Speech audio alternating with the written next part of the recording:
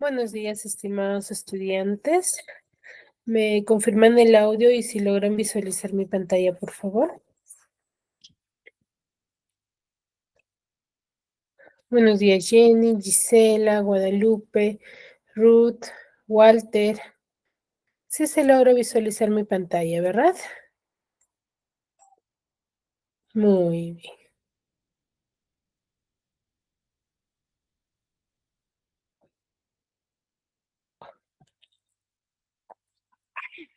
Muy bien, chicos. Entonces vamos a iniciar con la sesión del día de hoy. Sí, recordando lo que ya hemos trabajado la clase pasada, ¿no? A ver, ¿quién me podría manifestar? ¿De qué hemos hablado? En forma de resumen nada más, ¿no? ¿Qué me podría decir respecto a la clase pasada? ¿Qué figura, qué corriente literaria hemos visto? ¿Qué es lo que resalta de esa corriente literaria? ¿Por qué de qué característica resalta de ello? ¿Por qué es importante? ¿Cómo se identifica a través de la historia? A ver, ¿quién me podría manifestar respecto a ello?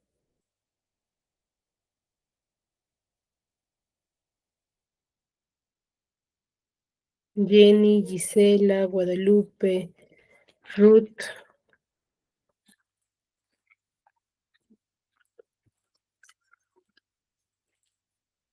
Les decía que en forma de resumen, ¿quién me podría manifestar de qué tema hemos hablado la clase pasada?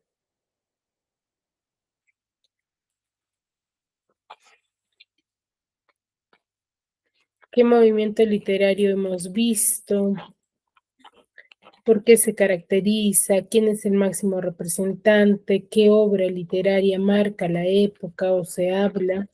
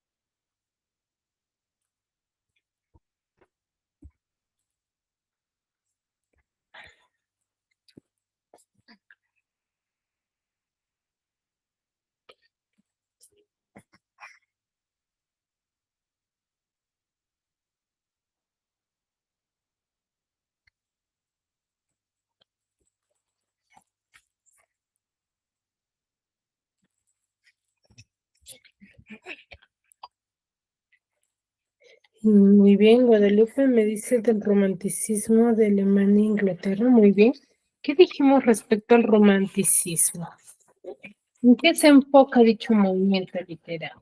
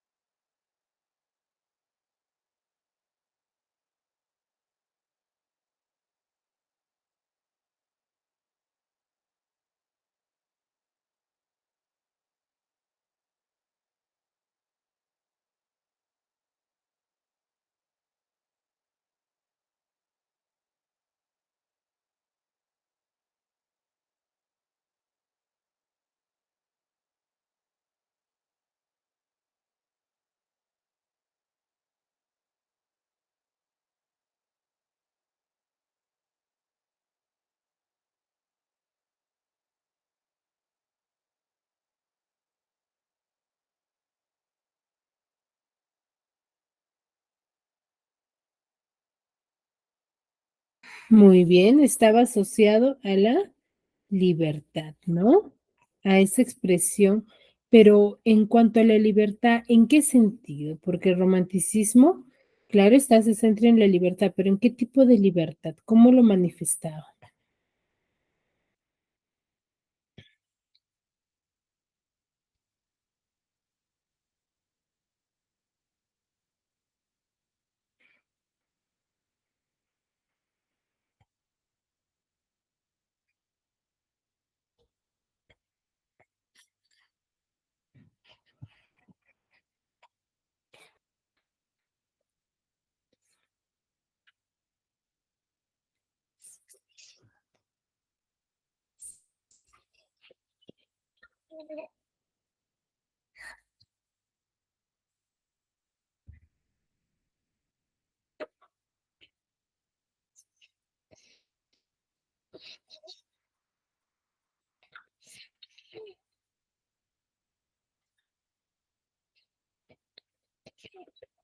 A ver, Jenny Mita,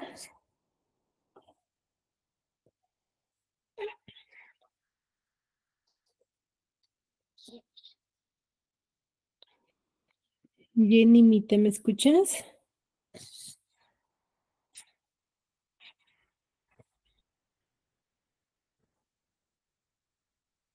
Guadalupe está participando, ¿no? Ruth Sarit,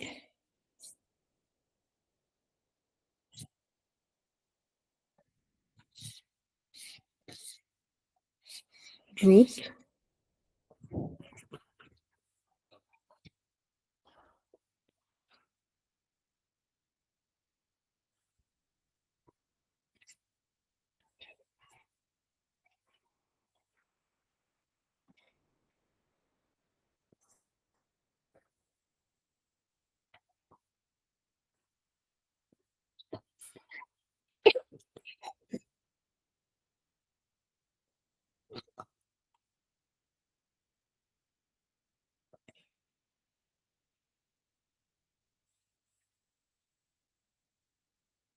Walter,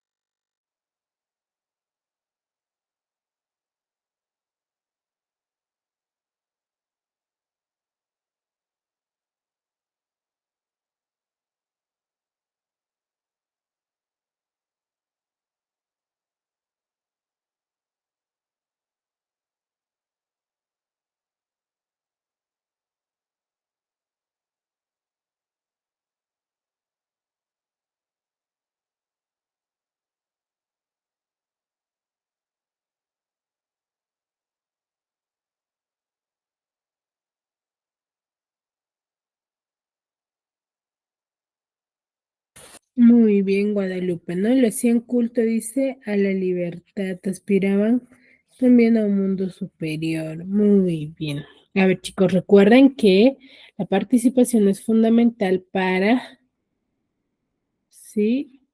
Para el registro de existencia. Chicos, muy bien, Guadalupe. Sí, cuando nosotros hablamos del romanticismo, automáticamente nosotros pensamos en qué? En lo romántico, en el amor, ¿cierto? Entonces, los románticos tenían un pensamiento, un tipo de pensamiento subjetivista. ¿Por qué decimos subjetivista? Porque ellos se basaban en el amor, ¿no? Se basaban en el sentimiento amoroso que sentían por alguien o por algo. Entonces, ellos no se dejaban guiar mucho por el pensamiento o por la razón, sino más bien por el sentimiento amoroso que vayan a sentir por alguien. Esa era la finalidad. Por eso es que dentro del romanticismo va a haber un culto a la libertad, porque los, se podría decir, gobernantes de esa época consideraban de que los románticos manifestaban un pensamiento subjetivista fuera de la realidad. Entonces no veían como inconveniente el hecho de que quizás tocasen un tema respecto a política, por ejemplo, o una forma de pensamiento respecto a la sociedad, para ellos no era muy importante porque consideraban de que estaban siendo poco reales, ¿no? Entonces, todo lo que ellos manifestaban consideraban que no era real o que no estaba basado en ello. Entonces, por eso es que los románticos o los escritores de esta época van a considerar como una fuente o como un ente importante dar a conocer su forma de pensamiento sobre la sociedad o sobre algunos aspectos realistas en base a sus textos, ¿no? Ellos mostraban tal y como era la sociedad a través de sus textos, pero no recaía en cuanto a, por ejemplo, dificultad, ¿sí? Porque no eran considerados en serio. Esa era la finalidad. Por eso es que van a tener un culto a la libertad, ¿no? Una libertad a la expresión, a la forma de pensamiento respecto a la litera, al, a la sociedad. Más que todo ellos criticaban la sociedad, ¿no? ¿Qué más? ¿De qué nos hablará el romanticismo?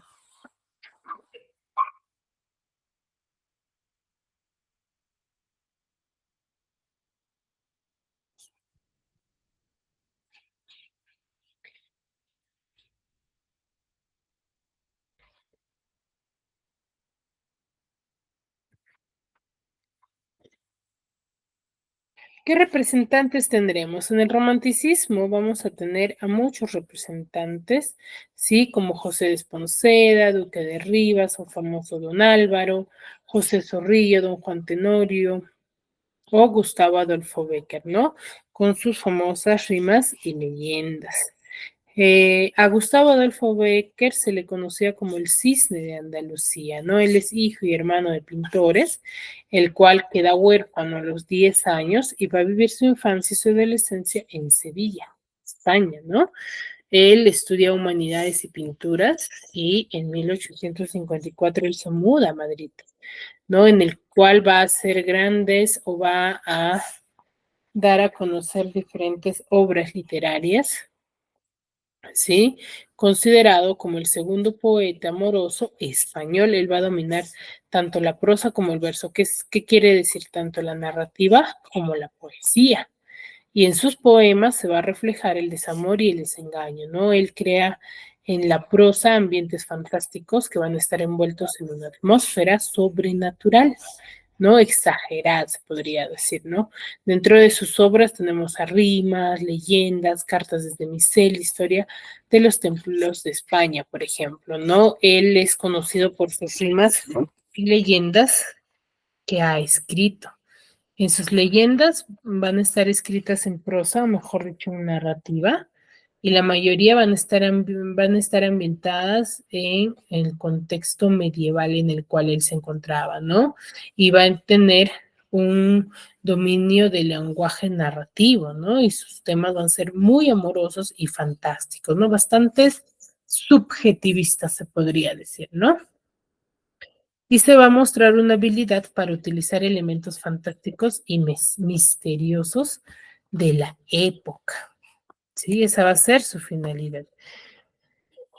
Y van a destacar las leyendas como Rayo de Luna, Los Ojos Verdes, La Jorca de Oro, El Cristo de la Calavera o El Beso, ¿no? Por ejemplo, vimos la clase pasada respecto a la Jorca de Oro, ¿no? Que nos va a narrar sobre ese amor que siente Pedro, sí, por María, que le hace llevar a cometer un crimen de robar la forca de oro de la Virgen, en el cual va a desencadenar ciertas consecuencias graves, ¿sí? En base a aquel robo, ¿no? Y eso es lo que hemos visto la clase pasada, ¿sí? ¿Por qué recordamos? Porque vamos a cambiar rotundamente vamos a hacer un giro rotundo respecto a este tipo de pensamiento, ¿no? Si hemos visto ya la clase pasada un pensamiento subjetivista, un pensamiento lleno de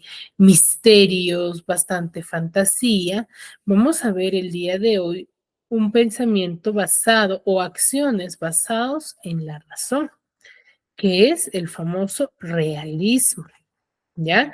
Si veíamos, por ejemplo, que el romanticismo es un movimiento en el cual se va a desencadenar en base al sentimiento, en base al amor, en base a la al cariño, al aprecio que tú tengas por una persona. Entonces, en el realismo se va a dejar de lado ello, ¿no? Y toda acción va a estar basado en la razón, en lo objetivo, en lo que en realidad se debería de realizar. Eso va a ser la finalidad del realismo, ¿sí? Entonces, ¿cuándo surge el realismo? El realismo va a surgir a la segunda mitad del siglo XIX, con un pensamiento y una cultura muy evolucionista. ¿Por qué? Porque aquí van a ir apareciendo pensamientos filosóficos, científicos, que van a hacer que cambie, ¿sí? El pensamiento subjetivista, ¿no? Como por ejemplo el positivismo de Comte, el evolucionismo de Darwin. Aquí es donde aparece, ¿no? Aquí es lo que aparece. El experimentalismo de Mendel, van a aparecer nuevos aportes científicos de la época, ¿no? Y el materialismo dialéctico de Marx, que va a estar dentro de la cultura, no solamente en un pensamiento en un solo contexto, ¿no? El evolucionismo, por ejemplo, de Darwin se centra en la ciencia, ¿no? En la evolución del hombre, el positivismo, el experimentalismo y el materialismo, que es parte ya de la economía de esta sociedad, ¿no? Y van a surgir las ideologías revolucionarias, ¿no? Como el anarquismo, el socialismo, dentro de la época, ¿no? Y una sociedad y política muy poderosa debido a la forma de pensamiento que vayan a tener la sociedad de esta época, ¿no? Una burguesía poderosa que era bastante conservadora y progresista, ¿sí? Que se van a ir surgiendo dentro de esta época.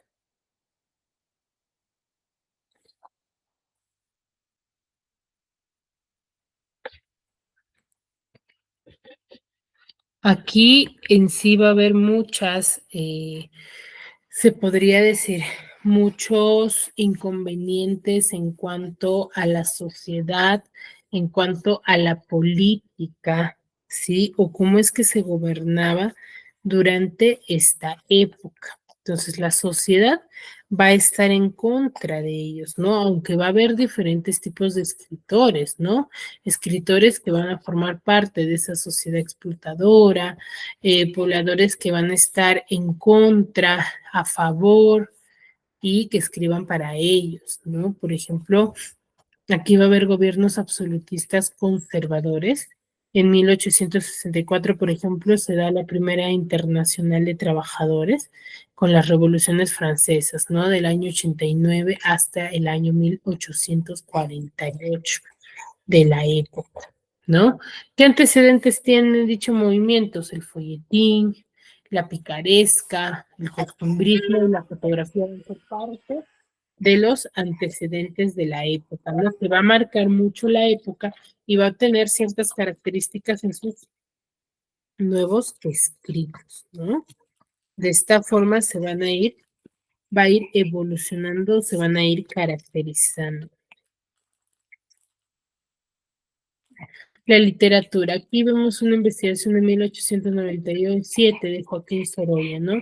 Donde nos muestra o nos hace ver el cientifismo, la denuncia social, el existencialismo, la sencillez formal y el psicologismo en cuanto a la conducta humana, ¿no? El cientificismo, porque dentro del realismo se va a desarrollar diferentes formas de pensamiento que va a estar muy lleno de ciencia, ¿no? De evolución, de mejora dentro de la época. Pues se va a dar ello, ¿no? Van a evolucionar, entonces los escritos o las obras literarias no solamente van a estar en un, o en un pensamiento neto, ¿no? Sino van a combinar diferentes formas de pensamiento y metodologías respecto a la época, ¿no? Nos van a mostrar los diferentes tipos de pensamientos que van a evolucionar la época,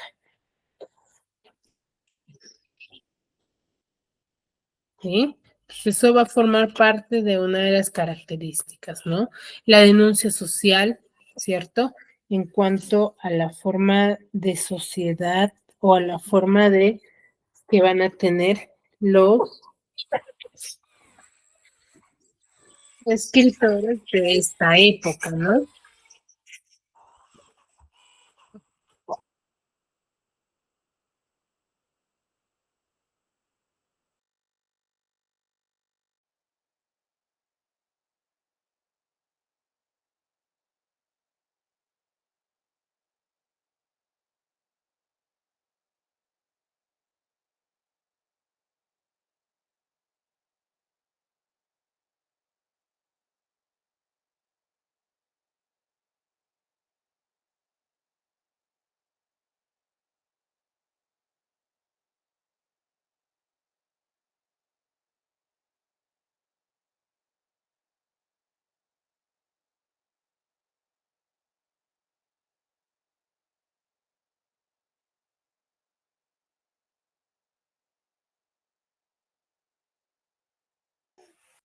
Sí, entonces una denuncia social, ¿no? En la forma de pensamiento, como les decía, ¿no? La forma de ver la sociedad. Ellos en sí ya estaban en contra desde el romanticismo, ¿no? Entonces, dentro del realismo, ellos ya lo van a manifestar de distinta manera, ¿no? Aquí sí ya va a haber ciertos conflictos sociales porque se consideraba de que ya los escritores de esta época lo manifiestan tal y como eran, ¿no? Entonces, por eso va a haber una denuncia y por la forma de gobierno que se va a desencadenar durante este periodo, ¿no? El existencialismo es donde se va a mostrar a la sociedad versus el ser humano, ¿no? Cómo es que ellos consideraban la sociedad. Entonces va a haber un enfrentamiento en cuanto a lo que defendían esta sociedad, ¿sí? Con el ser humano y la forma de pensamiento del ser humano, ¿no? Y la preeminencia de la novela, ¿no? La novela va a ser uno de los géneros literarios que va a tener mayor realce, ¿no? O se va a manifestar con mayor, se podría decir, con mayor apogeo, ¿no? Es uno de los géneros literarios. La sencillez formal en cuanto a la precisión, la claridad, respecto a cómo ellos manifestaban su forma de pensamiento, ¿no? Y la sencillez, esa claridad de manifestar la historia, ¿no? Y la paulatina transformación en novela psicológica. ¿Por qué? Porque aquí el escritor realista se va a centrar mucho en el sentimiento o en la forma de pensamiento del ser humano, ¿no? Se va a introducir mucho en la psicología del ser humano, ¿sí? No en esa conducta que ellos van a tener. Entonces se va a centrar mucho en ello, ¿no? Entonces es parte de las características de la época, ¿no? ¿Qué rasgos vamos a tener dentro de la novela? La verosimilitud, en argumentos, el protagonista va a ser la sociedad o la mujer, que la mayoría de escritores va a tener como inspiración, ¿no? A la mujer como un ente de salvación, como un ente de regocijo, de que, por ejemplo, dentro del realismo hace como un cambio para la sociedad, ¿no? Para el hombre que está cayendo en, por ejemplo, en desgracia, ¿no? Entonces va a ser muy importante la mujer, ¿no? Dentro de cada historia que se vaya a desarrollar. Va a haber muchas descripciones. ¿Por qué decimos descripciones exhaustivas? Porque va a ser muy importante, ¿sí? Por ejemplo, cuando tú lees una obra realista, vas a poder notar, ¿sí? Dichas descripciones que te van a poder, que van a hacer que tú imagines la historia, ¿no? O te introduzcas dentro del personaje con mucha facilidad y hacer de que lo puedas identificar, ¿no? Entonces, eso va a ser fundamental dentro de la novela realista, ¿no? Eso es importante. Eso va a ser muy importante dentro de este movimiento literario de la época, ¿sí? Entonces es un aporte muy interesante, ¿no? Y una fiel reproducción de distintos registros. ¿Qué quiere decir ello? De distintos idiomas, ¿no? De diversas manifestaciones en diferentes idiomas, en diferentes eh, lugares donde se van a llegar a conocer mucho más, ¿no? ¿Qué técnicas narrativas van a aparecer dentro del realismo? Va a haber un narrador omnisciente, un narrador que conoce toda la historia, ¿sí?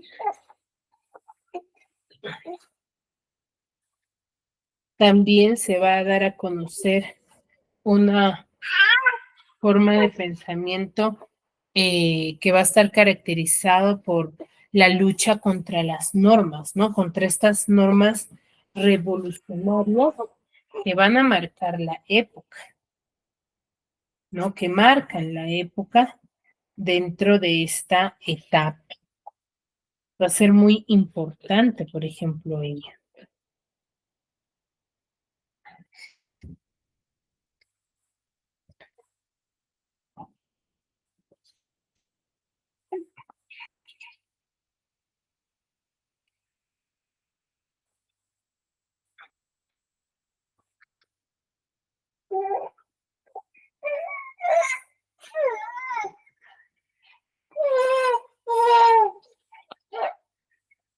¿No? Es muy importante, ¿no? Y se caracteriza por la lucha contra las normas, de un monólogo interior, ¿sí? Respecto a las historias y estilo directo libre de ironía, ¿no? Porque ya veíamos de que había un romanticismo con mucha ironía, con mucho subjetivismo y va a haber una aparente objetividad porque aún no se va a dejar de lado esta forma de pensamiento. Entonces, como aún no se dejaba, va a haber una aparente objetividad que, bueno, la sociedad consideraba ello, ¿no? Pero que ya se estaba manifestando de manera real, ¿sí? Y va a haber intervención del autor, ¿no? Del autor del libro, ¿no? Dentro de la historia, ¿ya? ¿Qué temas trataban los escritores realistas dentro de esta etapa? Va a ser un mundo urbano, un mundo rural, ¿sí? Va a haber en sí una combinación de diferentes aspectos sociales que van a formar parte de la característica del realismo, ¿ya? El mundo rural, el mundo urbano, se va a mostrar cómo se trataba a la gente no acomodada, va a estar combinación de diferentes temas como la historia, la política, los conflictos sociales, los conflictos existenciales del ser humano de esta época, como la locura, el amor, una sociedad llena de falsedad y soledades que se va a mostrar, ¿no? De falta de ayuda, de falta de consideraciones. Entonces va a haber una combinación de todo. Prácticamente los realistas o los escritores realistas van a plasmar dentro de sus historias los diferentes temas sociales que van a estar partícipes dentro de la época, ¿no? Ellos mostraban tal y como era la sociedad durante esta etapa, ¿no? Aquí, por ejemplo, dice, aún dicen que el pescado es caro, Joaquín Sorolla, ¿no? Una pequeña imagen referente a una parte de su historia, ¿no? Ahora, va a haber autores burgueses, ¿no? Porque la burguesía era parte de la sociedad de esta época. Los autores burgueses, ¿no? Que van a ser, como les decía hace un inicio, ¿no? Va a haber escritores desde la burguesía, para la burguesía y contra la burguesía, ¿no? Entonces, va a haber diferentes escritores que van a caracterizarse dentro de esta época, ¿no? Y una separación en cuanto a los autores conservadores, ¿no? Ellos se van a separar completamente de ellos.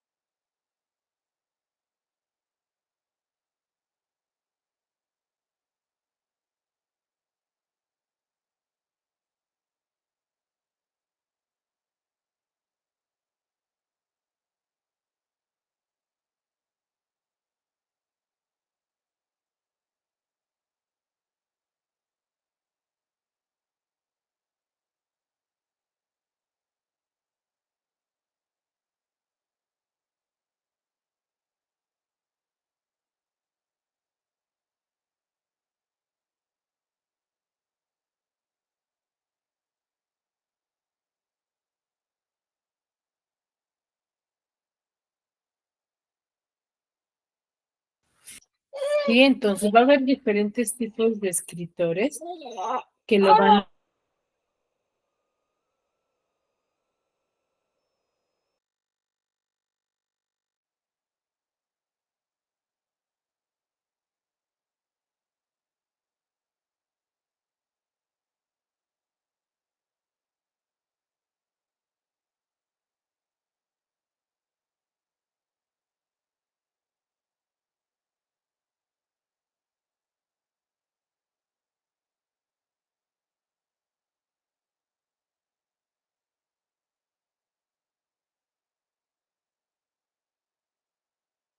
Sí, entonces aquí va a haber diferentes élites tal y como se muestra dentro de la sociedad, ¿no? En la forma de pensamiento, ¿no? Los de que escribían desde la burguesía van a ser escritores que van a estar a favor de esa forma de pensamiento, ¿no? De esa forma de sociedad. Para la burguesía, escritos especialmente para ellos y contra la burguesía, contra los que se oponían, ¿no? A la sociedad, a la forma de gobierno, a cómo ellos desarrollaban, ¿no? Y va a haber una separación en cuanto a los autores conservadores, va a haber autores progresistas, de forma de pensamiento más crítico o ideas políticamente más extremas, ¿no? Como el socialismo también durante la época. Entonces va a haber diferentes formas de pensamiento que van a caracterizar mucho a la época. Y si bien es cierto, sabemos de que un movimiento literario no solamente se manifiesta en un solo ambiente, o mejor dicho, en un solo lugar. El realismo, por ejemplo, se va a mostrar en inglés, realismo inglés, donde la sociedad burguesa va a estar más consolidada, ¿no?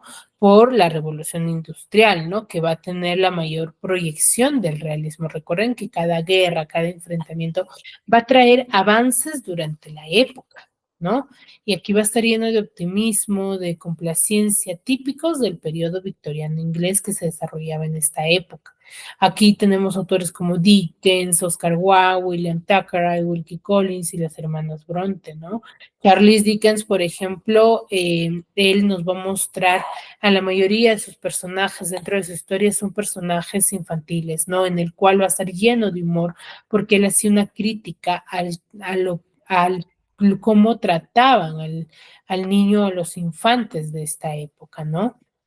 Un estilo bastante sencillo, viveza en la reproducción de personajes, ¿sí? Su aguda percepción de la condición humana en la cual vivían los niños de esta época, ¿no? De esa explotación, porque al niño se le negaba muchas cosas y se le obligaba a realizar diferentes tipos de trabajo, ¿no? Por la misma necesidad, ¿no? O si no, también eran entregados en un ambiente un poco, sí, donde nos explotaban en la mayoría de esos casos, ¿no? Sí, entonces Charles Dickens nos va a mostrar dicho pensamiento.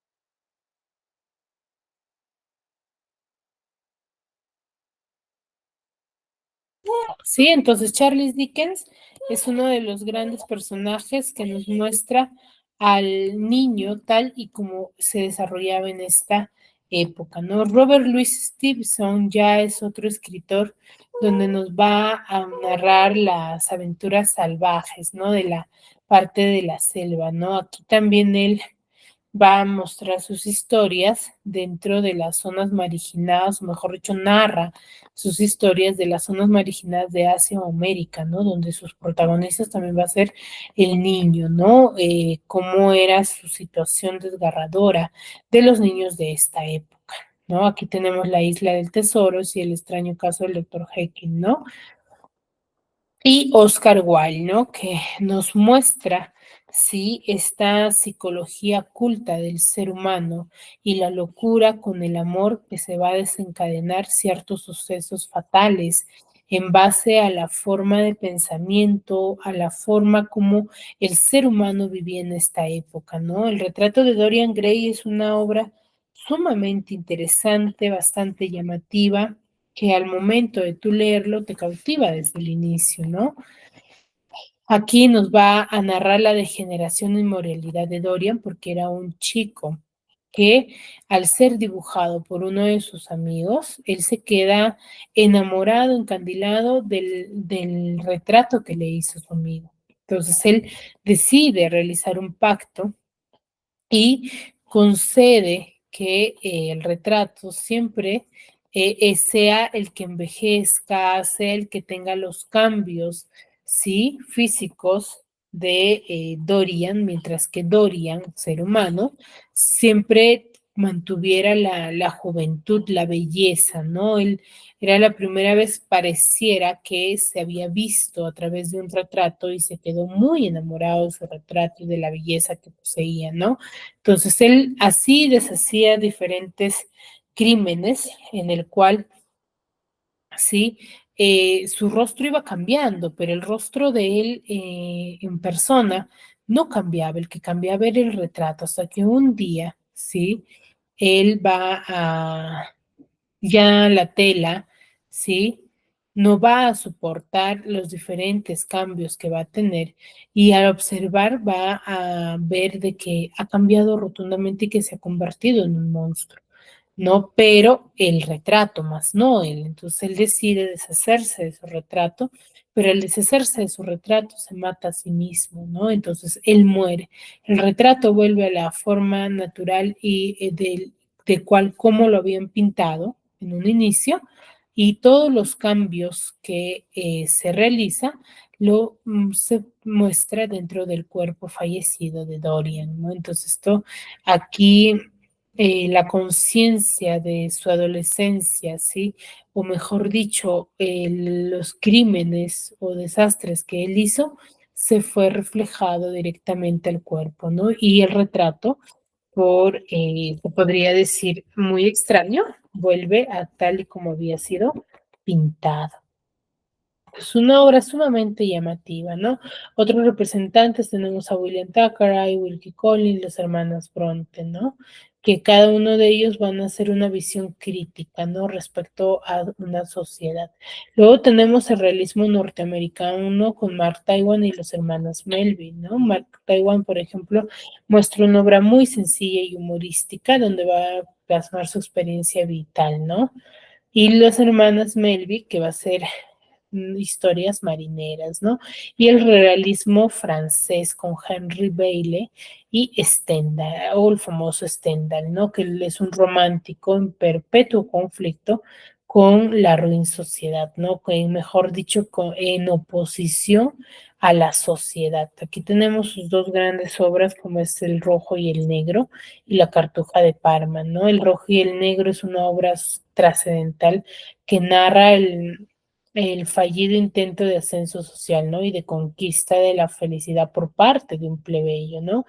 Sin más medios que su ambición y esa actitud neutral y un sobrio estilo dentro de su historia, ¿no? Y La Cartuja de Parma narra una historia ambientada en Italia, ¿no? Honor de Balzac ya nos denuncia el exceso, la frivolidad, la moralidad y la corrupción, ¿no? Que se daba en esta época. Sus historias o simbólicas, La piel de Zapa, o las policíacas como un asunto tenebroso, ¿no?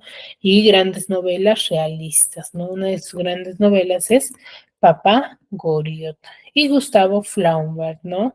Que él va a ahondar mucho en la psicología de los personajes, ¿no? Va a haber una cuidadosa descripción de mentes, no van a ser muy exagerados, ideal de perfección literaria basado en la objetividad y en la personalidad del ser humano. Tenemos Madame Bovary, sobre el proceso judicial por la inmoralidad y la educación sentimental, ¿no?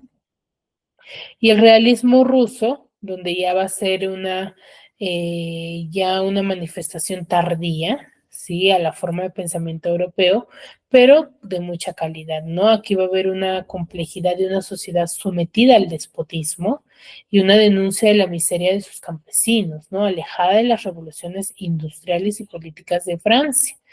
¿No? Nicolai Gogol, con su obra Almas Muertes, él va a describir esta miseria del campo, ¿no? Y León Tolstoy, con Ana Karenina y Guerra y Paz. Y uno de los grandes representantes de esta época va a ser Fedor Mikhailovich Dostoyevsky, ¿no? Que va a ser un realismo psicológico con una capacidad de penetración muy interesante y va a tener mucho cuidado en cuanto a relatar relaciones de servidumbre, ¿no? Va a haber una preocupación del hombre contemporáneo y la vida de la ciudad con paseos, ¿no? Tabernas y vivencias. Aquí él muestra tres grandes obras, como es Crimen y Castigo, El Jugador y Los Hermanos Karamazov, ¿no? Crimen y Castigo es una de sus obras muy interesantes y que va a trascender, ¿sí? Donde va a narrar la moral del amor que va a superar esta teoría del egoísmo y lo racional, ¿no? Y hacer de que gracias al amor que se estuvo por una mujer, va a volver a ser un nuevo hombre, ¿no? En su obra Crimen y Castigo. Fedor Dostoyevsky nace en Moscú en el año 1821 y muere en Petersburgo en el año 1881. Él es educado por su padre, un médico bastante despótico y brutal. Él va a encontrar protección y cariño en su madre, ¿no? En base a cómo fue criado por su padre, él va a mostrar ciertas características dentro de su historia, o dentro de sus libros, mejor dicho, ¿no? Dentro de su historia. Él es un novelista ruso, representante de la literatura realista y genio de la narrativa europea. Él en el año 1849 es condenado a muerte por su colaboración con determinados grupos liberales, ya que sabe muy bien que estaba prohibido dar a conocer su forma de pensamiento o oponerse a la sociedad en la cual ellos se encontraran, ¿no? Entonces, por eso es él condenado a muerte, ¿no? Indultado momentos antes de su hora de ejecución. Él va a estar 4 años en un presidio de Siberia, ¿no? Donde su experiencia que va a relatar más adelante en Recuerdos de la Casa de los Muertos. Él en libertad va a ser incorporado en un regimiento de tiradores siberianos y contrajo matrimonio con una viuda que es María Dmitrievna Isayeva, ¿no? Tras largo tiempo en Tíber, él va a recibir autorización para regresar a San Petersburgo y va a empezar a dar a conocer sus diferentes obras literarias. Una de sus grandes obras, como les decía, es Crimen y Castigo, ¿no? Donde va a narrar la historia de Rodion Raskolnikov, que era un estudiante de derecho que por los bajos recursos que poseía, él se va a ver obligado a dejar esa carrera, ¿no? ¿Por qué? Porque era ya, se podría decir, explotado, mejor dicho, ya se aprovechaba la que le prestaba a él dinero, el cual, cansado de ello, le va a llevar a cometer el asesinato de la usurera, ¿no? Quién era quien la prestaba dinero. ¿Para qué? Para quedarse así con su dinero, Rodrigo. Entonces, una magnífica obra literaria que nos va a narrar el desenlace, ¿no? De esta historia que va a desencadenar ciertos sucesos, la locura de Rodion, ¿sí? En cuanto a en base a la muerte, ¿no? Al crimen que él realiza, va a tener mucha locura, en lo cual no le va a dejar vivir tranquilo hasta que al final confiesa su crimen en base al amor, ¿no? Con ayuda del amor de una mujer. Entonces Raskolnikov es el protagonista, Sonia es otra de los personajes que nos va a dar a conocer, ¿sí? ¿Dónde se van a conocer? Dunia es hermana de Raskolnikov y la vieja usurera, que era un ser descrito como mujer fea, ¿no? Un ser despreciable prácticamente. Vamos a ver un pequeño resumen respecto a esta Hola historia. a todos, el día de hoy nos vamos a poner bien criminales con Crimen y Castigo de Fyodor Dostoyevsky.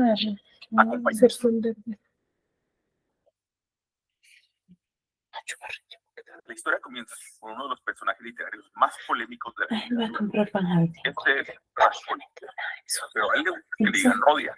Rodia es un estudiante universitario de San Petersburgo que tenía muchos problemas económicos. No, lo que estás agarrando. Un solo suelo.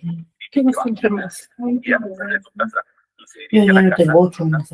Ahora era llamada Elena Ivanovna, con la intención de pedirle un préstamo para comprar un reloj. Al siguiente día se mete a una taberna y escucha a un estudiante diciendo que este mundo sería mejor si esa criatura estuviera muerta, puesto que se aprovecha de los pobres y abusa de su hermana Lisbeth. Esa misma noche, mientras caminaba por la calle, se entera de que la vieja usurera estará sola en su apartamento el día siguiente.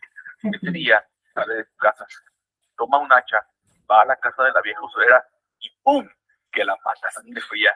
Y justo cuando se encontraba husmeando el dormitorio en busca de dinero, entra la hermana Lisbeta y como no puede haber testigos en el crimen que cometió, ¡pum! Mata también a la hermana.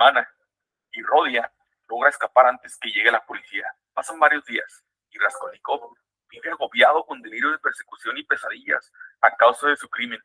Y un día le llega la noticia de que un detective con el nombre de Porfirio Petrovich quiere hacerle preguntas. Lo que no sabe Raskolnikov es que la cita a la estación de policía no es relacionada con los homicidios que él cometió, sino que la casera quiere cobrarle el dinero que debe del alquiler. Por un momento Rodia piensa en confesar su crimen, pero no lo hace. Por casualidad el detective le menciona el homicidio de la vieja usurera y Rodia de los nervios se desmaya. El delirio de persecución de Rodia se sale de control y comienza a afectar su salud, sufriendo insomnio por la tensión nerviosa que esto le ocasiona. Para calmar su alma de tanto tormento, busca consuelo a manos de una joven llamada Sonia Marmeladora. Sonia, aunque una prostituta, está llena de virtudes cristianas y solo se conduce en la profesión por la pobreza de su familia. Un día Rodia, mientras pasaba tiempo con Sonia, le obliga a leer la historia bíblica de Lázaro para reconfortar su alma. Mientras la novela avanza, Raskolnikov se presenta con el detective Porfirio, quien empieza a sospechar de que él es el asesino.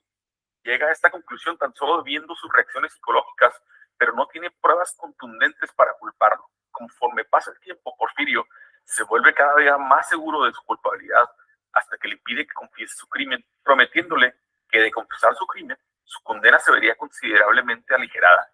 Y justo cuando está a punto de confesar, un hombre con el nombre de Nicolás de Mentiev confiesa que él es el culpable del homicidio y por milagro logra evadir la justicia. Sin embargo, los nervios de Raskolnikov comienzan a agotarse y él está luchando constantemente con la idea de confesar, aunque sabe que nunca puede ser verdaderamente condenado. Se dirige a Sonia por apoyo y finalmente le confiesa todo su crimen a ella. Rodia en este punto de la novela está completamente desgastado y Sonia, viendo su sufrimiento, lo empuja a confesar su crimen, diciéndole: ve a la primera esquina, saluda a la gente, besa la tierra que has mancillado con tu crimen y di en voz alta para que todo el mundo te oiga. Soy un asesino. Así que Rodia hace exactamente eso. Ir a la plaza, se dejó caer de rodillas en el suelo y besó la tierra. Y después fue con Porfirio a confesar su crimen. Al final, Raskolnikov es sentenciado a 8 años de trabajos forzados en Siberia, donde Sonia le sigue. Pero si piensan que todo esto acaba aquí, están equivocados. Tienen que ver el análisis de esta obra.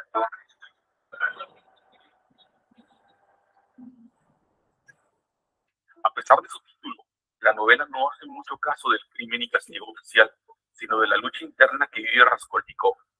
El libro demuestra que su castigo y su cárcel fueron sus pensamientos y no el que la ley le impuso de trabajos forzados en Siberia. Crédulamente pensó que el mundo sería mucho mejor después de cometer su crimen y que él era suficientemente inteligente para lidiar con las consecuencias emocionales. Pero pronto se da cuenta que su sentimiento de culpa es demasiado abrumador hasta el punto de ser víctima de una enfermedad psicológica. Solo hasta el final del libro es que se da cuenta que la carga emocional de su crimen es el verdadero castigo y decide confesar para ponerle fin a sus demonios. También es importante que hablemos de los simbolismos de esta obra. A lo largo de la novela, Sonia es una importante fuente de fuerza moral y rehabilitación para Raskolnikov, y en algunas interpretaciones incluso se considera una figura parecida a Cristo. Ella se ve obligada a prostituirse para mantener a su familia, lo cual lleva a algunos estudiosos del tema a hacer comparaciones entre ella y María Magdalena. Durante la obra hace varias alusiones a la Biblia. Si recuerdan en el resumen, Rodia obliga a Sonia a que le lea la historia bíblica de Lázaro. La razón de esto es que Raskolnikov se ve reflejado en él por tener una muerte y resurrección espiritual. Amigos, podría seguir y seguir, pero este es solo un resumen. Muy bien, entonces eso es un pequeño resumen respecto a la historia que nos narra, ¿no? Cómo es que Rodión, ¿sí? En base a su locura que él tiene, no lo deja vivir tranquilo y decide confesar su crimen, pero con ayuda del sentimiento amoroso, ¿sí? De su compañero. Muy bien, hasta aquí alguna consulta, alguna duda, todo claro.